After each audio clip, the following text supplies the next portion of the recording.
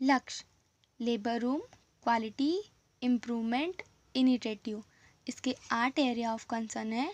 Service provision, patient rights, input, support services, clinical services, infection control, quality management और outcome. इसमें जो F है infection control, मतलब वो कौन सी प्रोसीजर्स हैं जिनके थ्रू हम इन्फेक्शन को कंट्रोल कर सकते हैं, वो इन्फेक्शन कंट्रोल में आती है।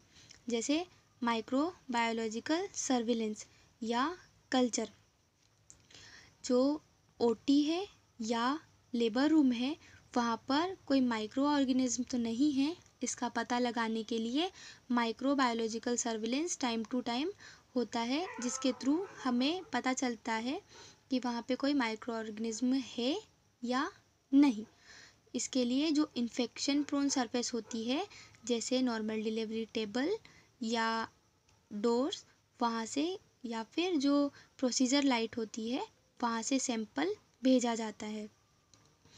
हमारे ऑर्गेनाइजेशन में माइक्रो बायोलॉजिकल सर्विलेंस दिसंबर में हुआ था, जिसकी रिपोर्ट नेगेटिव आई थी।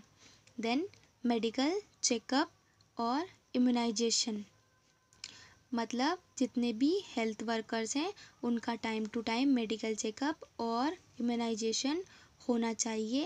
एग्ज़ाम्पल के तौर पे हमारे ऑर्गेनाइजेशन में सभी स्टाफ का मेडिकल चेकअप जुलाई मंथ में हो चुका है और इम्यूनाइजेशन जो है वो लास्ट ईयर कंप्लीट हो गया था। फरवरी और अगस्त में हेपेटाइटिस बी और टिटनेस टॉक्साइड के वैक्सीन्स सभी स्टाफ को लगाए गए थे।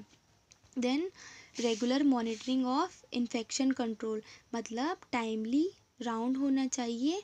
इन्फेक्शन कंट्रोल ऑडिट और हैंड हाइजीन ऑडिट्स होनी चाहिए। जो हैंड हाइजीन ऑडिट्स है, अगर कोई उसके बारे में पूछे तो अगर डिस्ट्रिक्ट लेवल का हॉस्पिटल है तो यहाँ पर हैंड हाइजीन ऑडिट जो है वो एमएच कोऑर्डिनेटर मैम या फिर क्वालिटी नोडल जो ऑफिसर डॉक्टर या सर हैं उनके द्वारा रेंडमली कभी भी हो सकती है कि स्टाफ प्रॉपरली हैंड हाइजीन को फॉलो कर रहे हैं या नहीं। देन हैंड हाइजीन प्रैक्टिसेस, इसमें हैंड वॉश फैसिलिटीज़ अवेलेबल है या नहीं, रनिंग वाटर, एंटीसेप्टिक सॉल्यूशन जो है वो अवेलेबल है कि नहीं, ये सब इन्फेक्शन कंट्रोल के हैंड हाइजीन प्रैक्टिसेस में आता है। Then PPE, personal protective equipment, जो स्टाफ हैं वो अवेयर होना चाहिए कि पीपीई को कैसे पहनना है और कैसे उतारना है। देन उसका बीएमडब्ल्यू के अकॉर्डिंग कैसे उसको किस कलर के बीन में डिस्कार्ड करना है। देन स्टैंडर्ड प्रैक्टिसेस, मतलब डिसइंफेक्शन और ऑटोक्लेविंग, ये स्टैंडर्ड प्रैक्टिसेस के अंदर आता है। ऑटोक्लेविंग में 121 डिग्री सेल्सियस टेम्परेचर पर 15 LB प्रेशर पर जो रैप्ड इंस्ट्रूमेंट है उनको 30 मिनट और अनरैप्ड को 20 मिनट्स के लिए ऑटोक्लेव किया जाता है। जो सीज़र होती है उसको ऑटोक्लेव नहीं किया जाता तो उसे साइडेक सॉल्यूशन में डीप करके रखेंगे। देन बीएमडब्ल्यू, जो सेग्रीगेशन ऑफ बीएमडब्ल्यू है उसमें कलर कोडेड बीन्स होने चाहिए। इसमें एनाटॉमिकली जो भी प्रोडक्ट्स हैं वो येलो बीन में, प्लास्टिक रेड बीन में, शार्प मटेरियल ब्लू में, और ये विदाउट पॉली होना चाहिए, शार्प मटेरियल वाला ब्लू वाला डस्टबिन, और इसमें बायो हजार्ड का सिंबल होना ज़रूरी है। देन जो नीडल्स हैं उसके लिए पंचर प्रूफ बॉक्स का उपयोग करते हैं। तो सेग्रीगेशन ऑफ बीएमडब्ल्यू है जब 3rd 4th फुलफिल हो जाता है डस्टबिन, तब इसका होस्टिन की गाड़ी आती है जिसके थ्रू इसका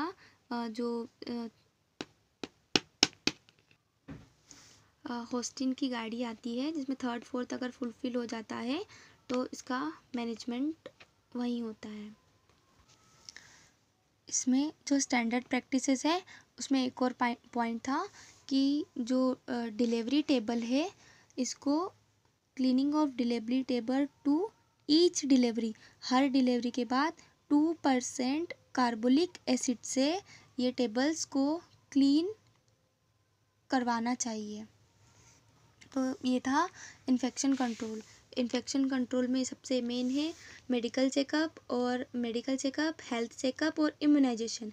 जितने भी स्टाफ है वो अवेयर होने चाहिए कि उनका मेडिकल चेकअप या हेल्थ चेकअप हुआ है या नहीं, या इम्यूनाइजेशन हुआ है या नहीं। हैंड हाइजीन प्रैक्टिसेस, मतलब हैंड वॉश फैसिलिटीज़ अवेलेबल होनी चाहिए और running water with antiseptic solution available होना चाहिए। पीपीई किट मतलब पर्सनल प्रोटेक्टिव इक्विपमेंट और हाउ टू यूज़ पीपीई, ये स्टाफ अवेयर होना चाहिए। स्टैंडर्ड प्रैक्टिसेस मतलब ऑटोक्लेव और डिसइंफेक्शन के बारे में स्टाफ को पता होना चाहिए। ऑटोक्लेव में 121 डिग्री सेल्सियस का टेम्परेचर, 15 पाउंड के प्रेशर पर रैप्ड इंस्ट्रूमेंट 30 मिनट और अनरैप्ड को 20 मिनट्स के लिए ऑटोक्लेव करते हैं।